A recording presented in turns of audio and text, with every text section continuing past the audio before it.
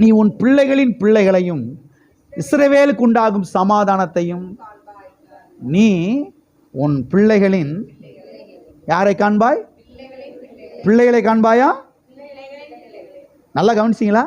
பிள்ளைகளை காண்பாயா? பிள்ளைகளின், அப்ப அவங்க யாரு?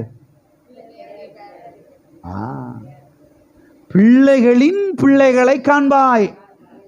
அப்ப பேர பிள்ளைகளை பார்க்காம மண்டையை போட்டுறக்கூடாது. அதைத்தான் சொல்றாரு. அப்ப கத்திரிங்கன்னா வாக்கு பண்றாரு தெரியுமா? தீர்க்க ஆயுசை வாக்கு பண்ணுகிறார். பார்த்தீங்கன்னா சில இடங்கள்ல குழந்தை பிறந்தோன்னு இறந்துடுறாங்க அம்மா, இல்லையா? பிள்ளை பிறந்த உடனே ஏன்னா யார் இறந்துடுறா? அப்பா இறந்துடுறாரு. அநேக இடங்களில் பார்க்குறோம், கஷ்டமா இருக்குது.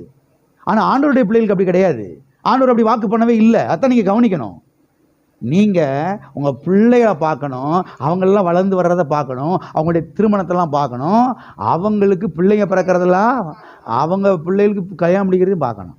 அதுக்கு ஒரு பிள்ளை பிறக்குது பாருங்க, அதையும் பாருங்க. சில பாட்டியம்மாவெல்லாம் நான் பார்த்துருக்கிறேன், அவ்வளவு சீக்கிரமாக போகவே போக மாட்டாங்க.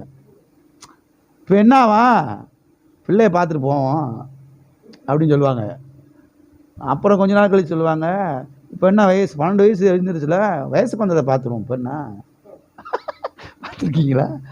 அப்புறம் கொஞ்ச நாள் கழிச்சு சொல்லுவாங்க, ஒரு வயசு சாப்பிட்டு போயிடணும்ப்பா கல்யாணத்துக்கு, அந்த பிள்ளையோட கல்யாணத்துக்கு. இப்படிலாம் விருப்பப்படணுங்க, இப்படிலாம் ஆசைப்படணும். போகிறதுக்கு யாருக்கு போகணும், டக்குன்னு போயிடலாம். அதுக்கெல்லாம் விசுவாசம்லாம் தேவையில்லை. எதுக்கு போய் சேர்றதுக்கெல்லாம் விசுவாசம்லாம் தேவையில்லை. இருக்கிறதுக்கு தான் என்ன தேவை? விசுவாசம் தேவை. அதனால விசுவாசிங்க. 4வது தலைமுறையை பார்ப்போம். யோபுவை குறித்து பார்க்கிறோம். 4வது தலைமுறையை கண்டான். யோபுனாவே இன்னைக்கு கிறிஸ்தவ மக்களுக்கு என்ன மண்டலம் வருது? வியாதி அப்படி சலமலா வடிஞ்சு அப்படி ரோட்டில் அள்ளி உட்காந்து இப்படி சொரிஞ்சுக்கிட்டு உட்காந்துருந்தார். பேன் கிறிஸ்தவ மக்களுக்கு மைண்டில் படம் எப்படின்னா, யோபுன்னு என்னது? அட போங்கங்க. அவர் வியாதியாக இருந்த அந்த காலம் எவ்வளோ காலம் தெரியுமா? 9 மாதம். உங்களுக்கு தெரியுமா? அவருக்கு வியாதி அந்த கஷ்டப்பட்ட நாட்கள் எத்தனை நாட்கள்? 9 வருஷம்லாம் கிடையாது, 9 மாதம். 9 மாதத்தில் அவர் பட்ட பாட இவங்க தூக்கிக்கிட்டு 25 வருஷமாக பிரசவம் பண்ணிக்கிட்டு இருக்கிறாங்க. 40 வருஷமாக பிரசவம் பண்ணிக்கிட்டு இருக்கிறாங்க. எதை? யோபு அப்படி சிரட்டை கொட்டாசி எடுத்து, எங்கள் ஊரில் கொட்டாசி சொல்கிறீங்க இல்லையா? சிரட்டை, தேனியில் எல்லாம் சொல்லுவீங்க, சிரட்டை எடுத்து சொரிஞ்சுக்கிட்டு உட்காந்துருந்தார் யோபு. அது 9 மாதம்தான். ஆனால் யோபு 4வது தலைமுறையை கண்டார். அதுக்கு பிறகு 10 பிள்ளைக்கு பிறகுறாங்க யோபுவுக்கு. 10 பிள்ளை என்ன செஞ்சு போச்சு? அந்த ஆக்சிடென்ட்ல செத்து போச்சு. அதுக்கு பிறகு 10 பிள்ளை பிறந்துச்சு. அப்போ வயசு எவ்வளவு? அதுக்கு பிறகு வளர்ந்துருக்கணும். அந்த 10 பிள்ளைகளுக்கு கல்யாணம் முடிஞ்சிருக்கணும். அதுகளுக்கு பிள்ளை பிறந்திருக்கணும். அதுகளுக்கு பிள்ளை பிறந்து அப்போ மனுஷன் எவ்வளோ வருஷம் மனுஷன் வாழ்ந்துருக்கிறாரு? அடேங்க அப்பா! இவ்வளோ வருஷம் வாழ்றதுக்கு கடவுள் எவ்வளோ பலனை கொடுத்தாரு, எவ்வளோ கிருபையை கொடுத்தாரு, எவ்வளோ ஞானத்தை கொடுத்தாரு, எவ்வளவு பாருங்க ஆசீர்வாதத்தை கொடுத்தாரு. கர்த்தர் சொல்றாரு, உன் பிள்ளைகளின் பிள்ளைகளை காண்பாய். ஹல்லேலூயா.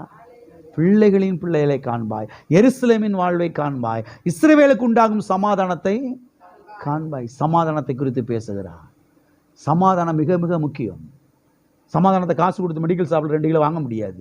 தேவனை தவிர, இயேசு கிறிஸ்துவை தவிர வேற யாரு சமாதானத்தை செய்ய முடியாது, கொடுக்க முடியவே முடியாது. அவர் மாத்திரமே கொடுக்க முடியும். அவர் சொல்லுகிறார், இந்த உலகம் கொடுக்கிற பிரகாரமா அல்ல, என்னுடைய சமாதானத்தையே உங்களுக்கு கொடுக்கிறேன், என்னுடைய சமாதானத்தையே நான் உனக்கு கொடுக்கிறேன். இந்த உலகத்தில் சில பிரச்சனைகள் போராட்டங்கள் இருக்கும், ஆனால் உன் உள்ளத்தில் சமாதானம் இருக்கும். உன் உள்ளத்தில் சமாதானம் இருக்கும். ஆகவே இந்த சங்கீதம் புருஷர்களின் சங்கீதம்.